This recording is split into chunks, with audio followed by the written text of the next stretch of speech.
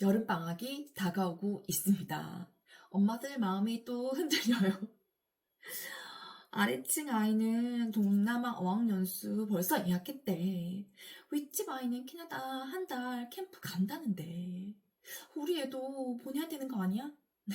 그런데 문제는요, 비쌉니다. 정말 비싸요. 저희도 작년에 한 달 필리핀 어학연수 다녀오면서 1,000만 원 넘게 들었어요. 그래서 오늘은 1,000만 원 들여 다녀온 해외 어학연수 과연 추천하는지 솔직하게 이야기해 보려고 합니다. 결론부터 말씀드리면 저는 다녀올 만하다고 생각합니다. 하지만 아무 아이나 보내면 안 됩니다. 오늘은 그 이야기를 해볼게요. 안녕하세요. 유쾌한 윤겸씨입니다. 저희는 작년 여름 아이들과 필리핀으로 한 달 어학연수를 다녀왔습니다. 방학 동안 해외 어학연수 고민하시는 분들 많으시잖아요. 가고는 싶은데 비용도 부담되고 시간도 부담되고 또 안 보내자니 우리 아이만 뒤처지는 것 같고요. 저도 똑같이 고민했습니다. 그래서 오늘은 어학연수의 장점과 단점, 그리고 제가 생각하는 가장 중요한 어학연수의 조건에 대해 솔직하게 말씀드릴게요. 저는 필리핀을 다녀왔기 때문에 필리핀 어학연수를 경험으로 말씀을 드리겠습니다. 우선 어학연수의 가장 큰 장점은 수업 시간입니다. 특히 필리핀. 하루 9시간 수업. 이건 정말 필리핀이니까 가능한 거예요. 캐나다, 미국, 호주 이런 곳에서 하루 9시간 수업은 쉽지 않잖아요. 수업의 질을 떠나서 아이가 하루 9시간 동안 영어 환경 안에 있다는 것, 이 자체만으로도 저는 큰 효과가 있다고 생각합니다. 한국에서는 영어를 한다고 해도 화상영어 25분? 학원도 2시간 정도잖아요. 그런데 필리핀에서는 아침부터 저녁까지 계속 영어를 듣고 말하고 수업하고 반응해야 합니다. 한 달 동안 영어에 푹 빠져있는 경험. 이게 가장 큰 장점이었습니다. 두 번째는 1대1 수업입니다. 저는 화상 영어도 좋다고 생각해요. 저희 집도 화상 영어 합니다. 그런데 실제로 같은 공간에서 선생님과 눈을 마주치고 표정을 보고 바로바로 반응하면서 대화하는 건 화상 영어와는 또 다르더라고요. 사람과 사람이 같은 공간에서 함께 호흡하면서 영어로 대화하는 경험, 이건 정말 컸어요.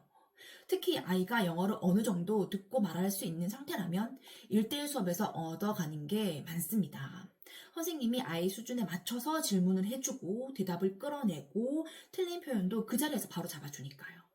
이건 필리핀, 동남아 어학연수의 확실한 장점이라고 생각합니다. 세 번째 장점은 발표 수업입니다. 이건 제가 정말 좋아했던 부분이에요. 수업 중간중간 발표 시간이 있는데 아이들이 영어로 발표를 준비해서 친구들 앞에서 발표를 합니다. 발표를 준비하는 과정도 좋았어요.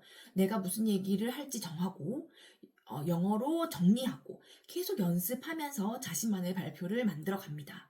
그리고 발표하는 날 긴장하면서도 끝까지 친구들 앞에서 발표하는 모습을 보는데 영어 실력보다 더 큰 성장을 느꼈습니다.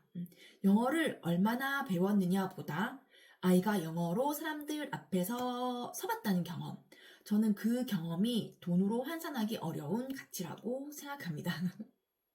그리고 마지막 네 번째, 해외 경험입니다. 사실 한 달 다녀왔다고 해서 아이가 갑자기 원어민처럼 말하게 된다? 그건 절대 아닙니다. 그런데 한국어 환경이 아닌 곳에서 한 달 동안 살아봤다는 경험은 아이에게 자신감을 줍니다. 나 외국에서도 지내봤어. 나 영어로 말해봤어. 선생님이랑 하루 종일 대화해봤어. 이런 경험이 아이 안에 남더라고요. 저는 이것도 무시할 수 없다고 생각합니다. 영어 실력만이 아니라 아이의 세계가 조금 넓어지는 느낌이 있었어요. 그리고 이제 단점. 단점도 분명합니다. 첫 번째는 비용입니다. 저희는 한 달에 거의 1,000만 원 넘게 들었어요. 항공권, 학원비, 생활비까지 하면 정말 만만한 돈이 아니에요. 더군다나 요즘은 환율도 오르고 유가도 올라서 아마 더 비쌀 거예요. 그러니까 이 돈을 들일 가치가 있는지 정말 냉정하게 생각하셔야 됩니다. 그리고 두 번째는 시간입니다. 한 달이라는 시간 생각보다 큽니다. 특히 고학년이 되면 수학도 해야 하고 학교 공부도 해야 하고 다른 일정도 많잖아요. 그래서 저학년 친구들이 어학연수를 많이 오더라고요. 고학년이 되면 영어에만 한 달을 투자하기가 점점 어려워지거든요. 하지만 저희는 그 나이 5학년 때 다녀왔습니다. 이 이야기는 뒤에 가서 조금 더 할게요. 그래서 이제 장점, 단점을 다 이야기해 드렸는데 오늘 제가 하고 싶은 이야기는 사실 장점도 아니고 단점도 아닙니다. 제가 생각하는 어학연수의 효과는 준비가 70입니다. 어학연수는 가서 갑자기 만들어지는 게 아니라 가기 전 준비된 만큼 가져오는 거라고 생각을 해요. 많은 분들이 이렇게 생각을 하시잖아요. 우리 애 영어 못하니까 어학연수 보내면 늘겠지? 영어 싫어하는데 외국 가면 좋아하겠지? 한 달 다녀오면 입이 트이겠지. 저는 이 생각이 잘못됐다고 말씀드립니다. 해외 어학연수는 영어를 거기서 처음 시작하러 가는 곳이 아닙니다. 영어를 안 좋아하는 아이를 갑자기 영어를 좋아하게 만드는 것도 아닙니다. 제가 경험한 어학연수는 이미 영어에 어느 정도 익숙한 아이, 영어를 듣고 말하는 것에 거부감이 없는 아이, 영어를 좋아하는 아이가 더 많이 듣고 더 많이 말하고 더 깊이 빠지는 곳이었습니다.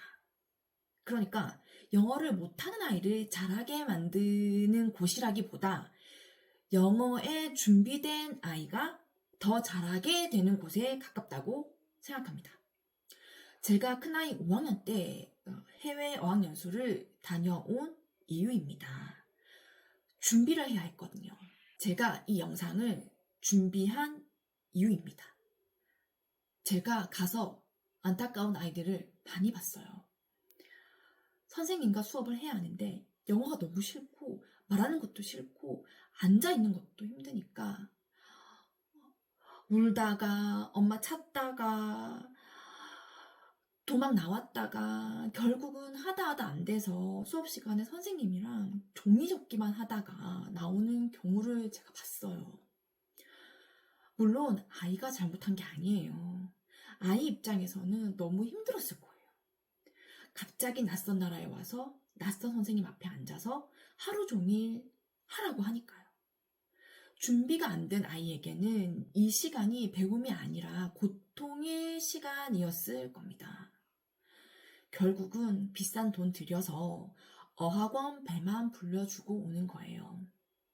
1,000만 원 가까운 돈을 쓰고 아이는 영어가 더 싫어질 수도 있습니다. 이거 너무 아깝잖아요. 그래서 저는 말하고 싶었어요. 무작정 가지 마세요, 제발. 준비 없이 가면 어떻게든 되겠지. 이 생각은 버리셔야 됩니다. 어떻게 안 되더라고요. 그럼 어떤 아이가 가면 좋을까요? 제 기준은 이렇습니다. 첫 번째, 영어 듣기에 거부감이 없는 아이. 두 번째, 간단한 영어 질문에 대답할 수 있는 아이. 세 번째, 영어 영상이나 영어 책을 어느 정도 즐겨본 아이. 이런 아이들은 해외 어학연수에서 얻는 게 많아요. 왜냐하면 9시간 수업이 괴로운 시간이 아니라 영어를 마음껏 써보는 시간이 되거든요. 이미 안에 쌓인 영어가 그곳에서 말로 꺼내볼 기회를 얻는 겁니다. 쌓인 게 있어야 터지는 것도 있습니다. 그래서 어학연수를 고민하신다면 저는 먼저 집에서 준비를 충분히 해보셨으면 좋겠어요. 갑자기 보내기보다 가기 전 최소 몇 달은 영어 영상을 꾸준히 보고 영어 책을 읽고 화상 영어나 짧은 말하기 연습을 해보는 게 좋습니다. 아이가 영어로 질문을 받는 상황에 익숙해져야 돼요. 완벽하게 말해야 한다는 뜻이 아닙니다. 틀려도 대답해보는 경험, 못 알아들어도 다시 물어보는 경험, 영어 선생님과 대화를 해본 경험, 이런 게 쌓여 있어야 거기 가서도 아이가 덜 힘듭니다. 저는 이런 준비가 어학연수 효과의 70%라고 생각합니다. 어학연수는 마법이 아닙니다. 준비된 아이에게는 날개가 될 수 있지만 준비 안 된 아이에게는 비싸고 힘든 일정일 뿐입니다. 그래서 마지막으로 저의 결론은 이렇습니다. 해외 어학연수, 저는 필리핀 어학연수였죠. 다녀올 만하다고 생각합니다. 하루 9시간 영어 노출, 1대1 수업, 해외에서의 경험, 분명히 장점이 있습니다. 하지만 아무 아이나 보내는 건 추천하지 않습니다. 영어를 거기서 처음 시작하겠다. 영어를 싫어하는 아이를 좋아하게 만들겠다. 가면 어떻게든 되겠지. 이런 마음이라면 저는 가지 말라고 말씀드리고 싶어요. 1,000만 원이 넘는 돈은 너무 큰 돈입니다.